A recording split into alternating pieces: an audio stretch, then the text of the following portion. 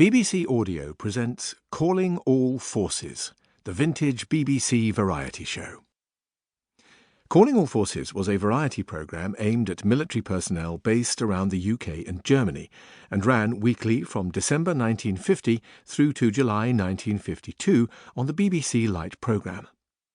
Forces were first stationed in Germany following the end of the Second World War and became known as the British Army of the Rhine and RAF Germany. The show was written by Bob Monkhouse and Denis Goodwin.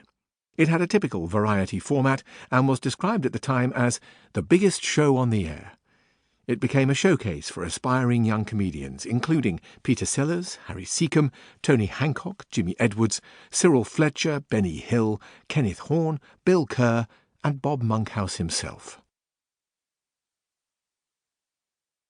Let's take a moment to hear Bob Monkhouse talk to Bob Sinfield about Calling All Forces.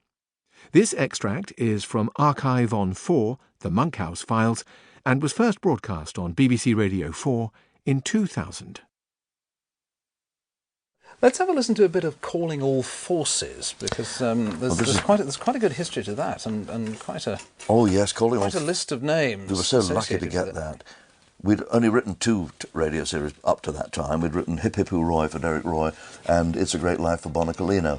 But they'd been produced by Leslie Bridgemont, and it was Leslie who was given the job of creating a one-hour comedy show for the Forces, and he came to me and Denis to write it. We were very fortunate. It kept us in work for 4 years, every single week. Yes, we're calling all forces wherever you are, and you'll be hearing from Philip Slessor, Carol Carr, Ned Barney, Leslie Welch, Tony Hancock, the George Mitchell Choir, the Stargazers, and Geraldo and his concert orchestra.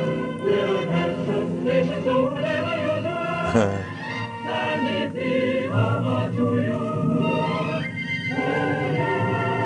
Obligatory singing troupe. George Mitchell singers, together with the Stargazers. Your master of ceremonies, Ted Ray. Ted Ray, marvellous comic. I remember him from Does the Team Think? Does the Team Think, and Raise a Laugh was his great radio success. I learned so much from watching Ted. Hello and welcome to the 36th edition Of your own show. You know, I feel wonderful today. I really do. I suppose it's because I've just come from the golf course. And I had a pretty successful practice game. Well, a whole crowd of people followed me around the course. It seems for years they've been waiting to see me swing. Jealousy, that's all. Of course, it was rather a breezy day for golf, and the wind was playing such strange tricks with the ball. I drove off at the 9th hole, my caddy opened his mouth to yawn, and now he's the only man in England with 2 Adam's apples. As a matter of fact, I was playing Uncle Roscoe.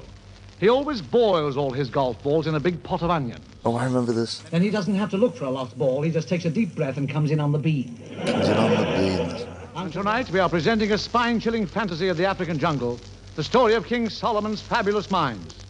Beside myself, the other members of the cast include Mr. Tony Hancock. Please, no applause. No applause, girls. Now, wait a minute, Tony. Recognisable. wonderful people do. His voice hasn't come in yet.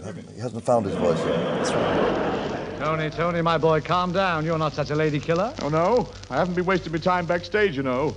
That Carol Carr. Don't tell me you've kissed her already. I do not kiss and tell. Let her do the bragging. He doesn't sound comfortable. Tony, No. I'm disappointed in you. Don't take it so hard, Mr. Ray. I, too, have loved and lost, and look at me. I'm looking and I can see why you've lost. Really, I'm disgusted. Carrying on in a respectable theatre, bringing your nasty, wolfish habits into this programme. Horrible. Ugh. And besides, if anyone's going to do any necking around here, it's me. You. Extraordinary that we had imposed upon us the idea that Tony Hancock should be a Lothario. Most improbable. Yes, but it's what Tony wanted at that time. And we did a series where he was the con man conning Charlie Chester, entirely the wrong way around. Yes. But the comedians would make these demands of the script. As long as we could make Ted sound quick and slick and funny, that's really all we cared about. Hancock was very particular about his writing. He put Galtman and Simpson through hell, didn't Yes, he? yes, he Doing did. rewrite after rewrite. No, we can do better. Yes, but of course Galtman and Simpson very brilliantly, as only Alan and Ray could have done. I don't think Denis and I could have done it.